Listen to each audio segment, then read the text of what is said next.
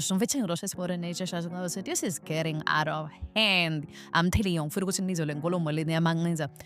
Umanqinza akasafanga ngisho allergy manje alasafa noma allergies noma into lokho ke zinganda ukuthi or reportedly akasafaka konke lo. Usiyasho nje ukuthi ubani umthangathi wathe lapha na wangena efaka ibheshu waphuma amanga lawo. Imali ayifakanga ebank banikeza cash. Bushorensizwa engamanqinza. So singathi kwethu this is not something that is alleged. Now, ngendlela la ibika ngayo yena.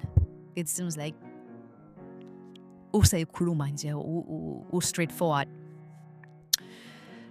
Hayi matata ngenza lento le igcine seyiyana senkantolo lokho uthi udile ngisho namamashi ekuningi singenza ukuthi amamashi mina sengiqalela ukuphelelwa yithemba. I'm starting to give up ukuthi sokwenza buyele endeni yamamashi because lezinto sezenzeka manje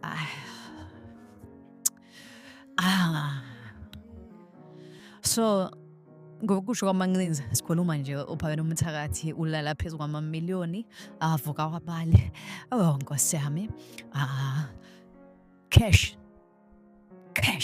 we're talking about cash here and isingenza kwethu omunye umuntu angasho ukuthi even ukuveza lokho ukuthi uphakela umthatha kunemali yayo-cash ukubeka impilo yakho engqopheni because uma uzathi uthole umuntu onemali ethango-3 billion cash into labo yasilavumelela outside but anyway it is what reason is one